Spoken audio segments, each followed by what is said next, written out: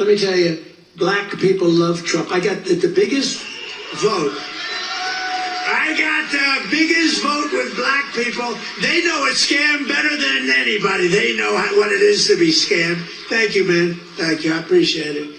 We did great. Thank you. I like this guy. You built this nation.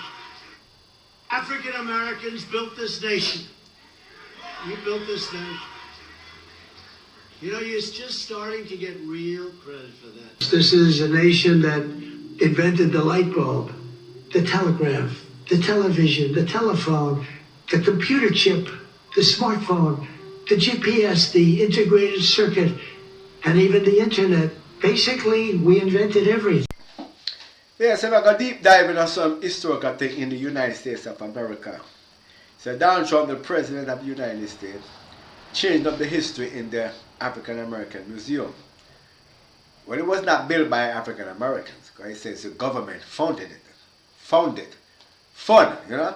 So once the government give money to something, the government have the right, the authority, to go re-edit, put in, take out, reread, take out this part, put in this part, and that's what Donald Trump administration gonna do.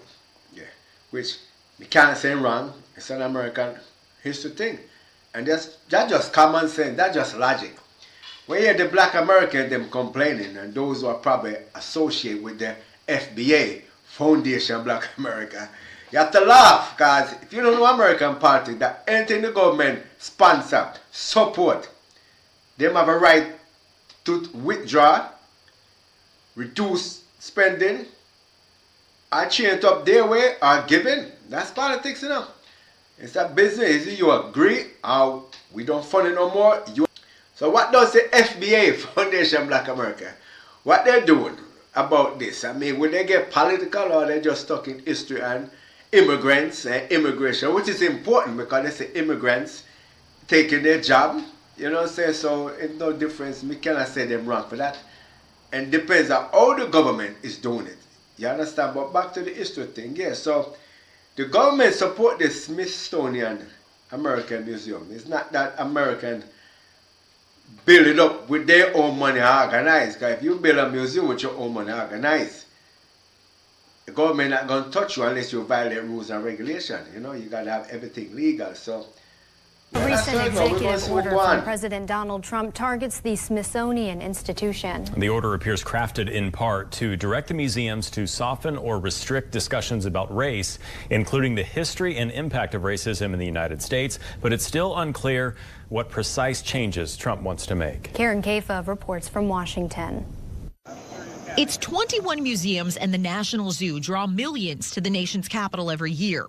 And in late March, President Donald Trump signed an executive order slamming the Smithsonian Institution, vowing to stop government spending on, quote, exhibits or programs that degrade shared American values, divide Americans based on race, or promote programs or ideologies inconsistent with federal law and policy.